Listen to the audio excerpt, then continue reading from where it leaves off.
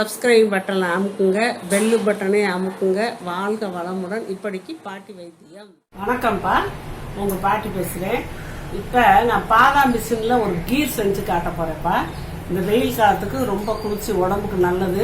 இது சாப்பிட்டீங்கன்னா வேற இந்த அல்சர் பிரச்சனை, வயிற்று வலி பிரச்சனை, ஜூட்னால வேற வேற பல பிரச்சனைகள்லாம் வரும். அதெல்லாம் இல்லாமல் இருக்கிறதுக்கு பாதாம் மிஷினில் நான் வந்து கீர் செஞ்சு காட்ட போகிறேன். பாருங்கள், இதப்ப பாதாம் பிசுனுங்கிறது பாதாம் மரத்துலேருந்து அப்படியே பிசுன் வடியும். இப்போ முருங்கை மரத்தில் கூட பிசுன் வடியும். அது மாதிரி இது பிசுன் கம்முன்னு சொல்லுவாங்க. அது அப்படியே வடியும். அதை எடுத்து இப்போ கடைகள் எல்லாம் விற்கிறாங்கப்பா. நாட்டு மருந்து கடையிலெல்லாம் இருக்கும். இந்த அளவுக்கு நான் காலையில் எடுத்து, இப்போ சாயந்தரம் ஆயிடுச்சு, காலையில் எடுத்து இந்த பாத்திரத்தில் போட்டு இது இந்த அளவுக்கு நான் தண்ணி ஊற்றினேன்ப்பேன். எப்படி 1.5 டம்ளர் தண்ணி ஊற்றிருப்பேன்ப்பா. இப்போ ஊறி இந்த மாதிரி வந்துருச்சுப்பா. இந்த ஜெல்லி மாதிரி இப்படியே வந்துருச்சு. இந்த மாதிரி வந்துருச்சு. இதை நான் ஃப்ரிட்ஜிலே வச்சுட்டேன். காலையிலே ஃப்ரிட்ஜில் வச்சுட்டேன். சில்லுன்னு இருக்கு. இந்த பாலையும் காலையிலே ஒரு 1/2 லிட்டர் பாலை காய்ச்சி ஏடு இல்லாமல் வடிகட்டி இதையும் நான் ஃப்ரிட்ஜில் வச்சுட்டேன். ஜில்லுன்னு இருக்கு. இது வந்து நொங்குப்பா, முழு நொங்கு, தோல் உரிக்காம வச்சிருக்கேன். அப்படி ஒரு 4 நொங்க உரிச்சு இப்படி பொடியா கட் பண்ணி வச்சிருக்கேன்ப்பா.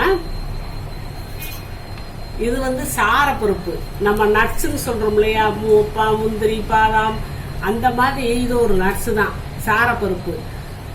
பாயாசத்துல போடலாம். பாதாம் பால் அப்படின்னு சொல்லி அதுலயும் நெய்யில வறுத்து போடலாம். அப்புறம் நறுக்கு இந்த மிச்சர், கடையில வைக்கிற மிச்சர்கள்ல கூட இதை வறுத்து போடுவாங்க. இது ரொம்ப சத்தான பருப்புப்பா. இது ஒரு 30 கிராம் அளவு வச்சிருக்கேப்பா. வெல்லம் 50 கிராம் எடுத்து வச்சிருக்கேன். இந்த வெல்லத்தை நான் தான் வெள்ளை சக்கரை போட மாட்டேன். இப்ப இதுல நீங்க வெள்ளை சக்கரை போட்டீங்கன்னா வெள்ளையா இருக்கும் தயார் பண்றது. நான் வெள்ளை சக்கரை யூஸ் பண்றது கிடையாது. அதனால இப்ப 50 வெல்லத்தை போடுறேன்ப்பா.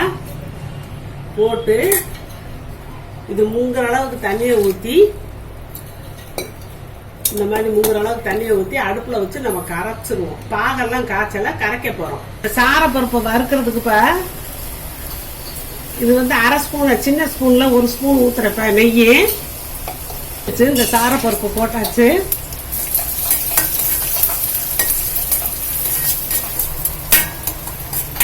சாரப்பருப்பு கொஞ்ச நேரம் வெந்தா போதும்ப்பா. இந்த ஒரு மாதிரி வெடிக்க ஆரம்பிச்சிடும். லேசா வெடிக்கிற சத்தம் கேட்டுருச்சுப்பா. கலரும் கொஞ்சம் மாறுது. இப்ப ஆஃப் பண்ணிடலாம்.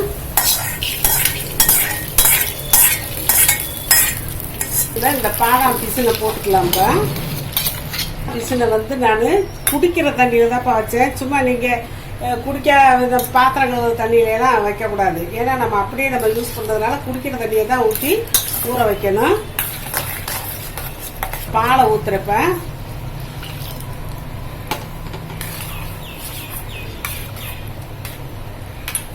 இப்போ இதை வடிச்சு வச்சிருக்கேப்பா. வெள்ளத்தை கரைச்சி அடுப்புல வச்சு வடிச்சு வச்சிருக்கேன். இதுல கலந்துக்கலாம். சூடா ஊத்துனீங்கன்னா, கொதிக்க அப்படியே ஊத்துனீங்கன்னா பால் பிரிஞ்சு போயிடும். அதனால கொஞ்சம் ஆற வச்சு ஊத்துனா ஒண்ணும் இல்லை.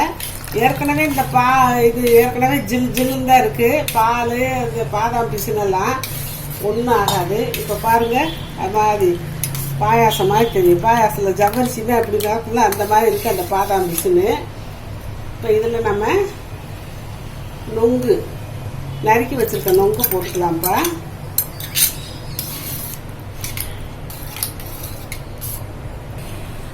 இப்போ பாருங்கப்பா, நொங்கு அப்படியே மிதந்துக்கிட்டு இருக்கும். இந்த சாரப்பருப்பும் மிதந்துக்கிட்டு இருக்கு. கலரே ஒரு கிரீம் கலர்ல அழகா இருக்கு. பார்த்தீங்களாப்பா, டேஸ்ட்டும் நல்லா இருக்கும். வெல்லம் போட்டிருக்கோம், உடம்பு கெடுக்காது. இதுல நம்ம வெள்ளை சக்கரை போட்டோம்னா இதே டிஷ் வந்து வெள்ளையா இருக்கும். அது வந்து நம்மளுக்கு நல்லது இல்லை, உடம்புக்கு நல்லது இல்லை. உடம்புல இருக்க கால்சியம் சத்தெல்லாம் எடுத்துரும். வெள்ளத்தை சேர்க்கும் போது நம்மளுக்கு இரும்பு சத்து ஆகுது. உடம்புக்கு குளிர்ச்சியை கொடுக்கறதுக்கு பாதாம் பிசின் இருக்கு, நொங்கு இருக்குது. உடம்புக்கு சத்தை கொடுக்கறதுக்கு அந்த சாரப்பருப்பு இருக்கு. பாலும் உடம்புக்கு நல்லதுதான். இந்த பாருங்க, நான் அந்த டம்ளர்ல ஊத்துறேன். இப்ப பாதாம் பிசின் கீர் வந்து ரெடி ஆயிடுச்சுப்பா. அந்த பாதாம் அந்த கீரை சாப்பிடும் போது அந்த நொங்கு நழுக்கு நழுக்குன்னு இருக்கும். அந்த பாதாம் பிசுன்னு வந்து அப்படியே நல்லா சாப்பிடும். நம்ம ஜவ்வரிசி பாயசத்தில் போடுற மாதிரி அந்த மாதிரி இருக்கும். அப்புறம் அந்த பால் டேஸ்ட் வேற. அந்த சாரப்பருப்பு வந்துப்பா அப்படியே நடுக்கு நம்ம நெய்யில் வறுத்து போட்டுக்கோமா, அப்படியே உடனே குடிச்சோம்னா அப்படியே நடுக்குன்னு அதையும் கடிச்சிட்டு சாப்பிட்றப்ப அவ்வளோ ஒரு டேஸ்ட்டாக இருக்கும்ப்பா.